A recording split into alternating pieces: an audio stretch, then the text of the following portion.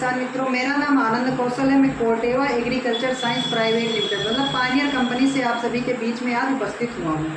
किसान भाइयों, धान का सीजन आ गया है तो आप सभी को हम धान की खेती करने के 5 सरल उपाय बताते हैं।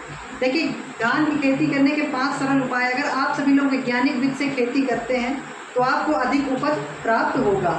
तो आइए बात करते हैं, इस पर चर्चा करते हैं कि सफल खेती करने के 5 सरल उपाय। पहला है नर्सरी प्रबंधन, स्वस्थ शुरुआत, ज़्यादा पैदावार। देखिए, आपकी अगर नर्सरी अच्छी होगी, बेहतर होगी तो आपको पैदावार भी अधिक मिलेगी। क्योंकि अगर हम कोई घर बनाते हैं तो सबसे पहले उसकी नींव जो होती है वो सबसे मजबूत करने को कहते हैं। क्योंकि जब हमारी नींव नहीं मजबूत होगी तो हमारा घर कैसे मजबूत हो पाएगा। अगर हमारी नर्सरी ही अच्छी नहीं होगी, तो हमको फसल भी हमारी अच्छी नहीं होगी, और अगर फसल अच्छी नहीं होगी तो हमको उत्पादन भी अच्छा नहीं मिलेगा। तो किसान भाइयों, आइए आज बात करते हैं सफल खेती करने के 5 सरल उपाय पर आज चर्चा करते हैं। तो सबसे पहला जो हमारे पास है नर्सरी प्रबंधन, स्वस्थ शुरुआत, ज़्यादा पैदावार। तो इसमें पहला पॉइंट है पर्याप्त पौधों की संख्या के लिए हमको 1 एकड़ में 6 किलोग्राम बीज की आवश्यकता होती है। मतलब किसान भाइयों, हमको 1 एकड़ में 6 किलोग्राम बीज ही लेना चाहिए, वही हमारे लिए पर्याप्त होता है। मतलब 1 एकड़ में 4 बीघा होता है और 1 बीघे में 1.5 किलोग्राम बीज की हमको आवश्यकता होती है। तो हमको क्या करना चाहिए, 1 एकड़ में 6 किलोग्राम बीज और 1 बीघे में 1.5 किलोग्राम बीज लगाना चाहिए। फिर बेहतर अंकुरण के लिए हमको क्या करना चाहिए, बेहतर अंकुरण के लिए हमको 10 घंटे पानी में बीज को भिगो देना चाहिए। बीज को भिगोने के बाद में किसान भाइयों, हम बीज को 10 घंटे पानी में भिगो देते हैं। भिगोने के बाद उसको पानी से निकाल लेते हैं। निकालने के बाद किसान भाइयों, उसको 18-24 घंटे के लिए किसी टाट के बोरे से ढक देना चाहिए। 18 से 24 घंटे ये प्रक्रिया हमको करनी है। ये प्रक्रिया पूर्ण होने के बाद उसमें अंकुरण निकल आएगा। फिर अंकुरण आने के बाद उसको हम खेत में क्या करते हैं, ले जाकर के डाल देते हैं। तो डालना कैसे है, इसकी भी एक तकनीक होती है, एक विधि होती है किसान भाइयों।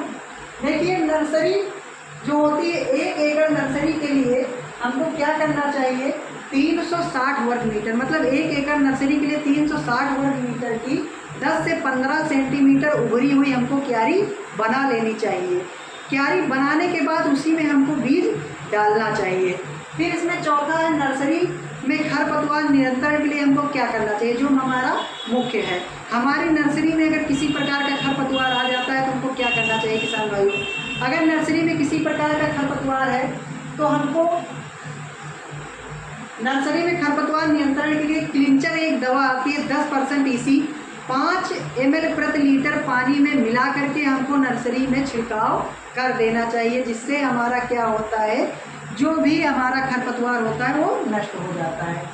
फिर दूसरा, इसमें 33 पौधे प्रति वर्ग मीटर का वादा, 10% उपज ज़्यादा। मतलब 1 वर्ग मीटर में 33 पौधे ही लगाना चाहिए। और इसमें क्या है, एक स्थान पर किसान भाइयों, एक स्थान पर एक ही पौधा हमको रोपना चाहिए। कभी कभी ऐसा होता है एक स्थान पर हम 2-2, 3-3 पौधे रोप देते हैं, ऐसा हमको नहीं करना चाहिए। एक स्थान पर हमको केवल एक ही पौधा रोपना चाहिए। फिर किसान भाइयों, आप सभी लोग देखिए, इसमें पौधे से पौधों की जो दूरी होती है वो हमको 15 सेंटीमीटर रखना चाहिए।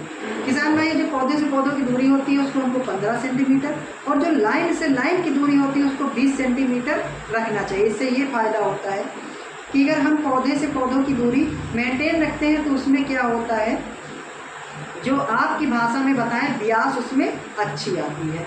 और दूसरा, इसमें ये फ़ायदा होता है कि जब तेज़ हवा या आंधी चलती है, अगर बीच में गैप होता है तो जब तेज़ हवा आंधी चलती है तो बीच से हवा निकल जाती है, उतना हमारे फसलों को नुकसान नहीं होता। लेकिन हमारा पास फसल रहेगा तो ज़्यादा ब्याज भी नहीं आएगा, और आंधी चलेगी तो हमारा क्या होगा, सारा का सारा धान एक तरफ से गिर जाएगा, लेट जाएगा, जिसे हम लोग कहते हैं देहाती भाषा में चटाई हो गया।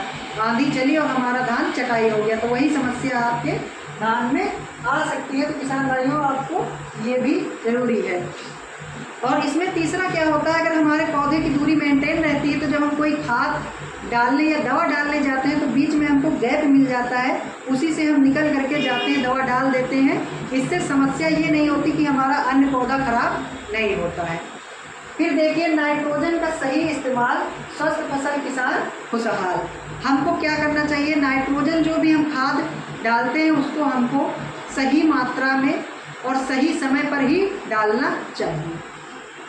तो देखिए, खेत की तैयारी के समय नाइट्रोजन का 1/3 भाग हमको डाल देना चाहिए। मान लीजिए 1 बीघे में हम 20 किलो खाद या 30 किलो खाद कोई भी डाल रहे हैं।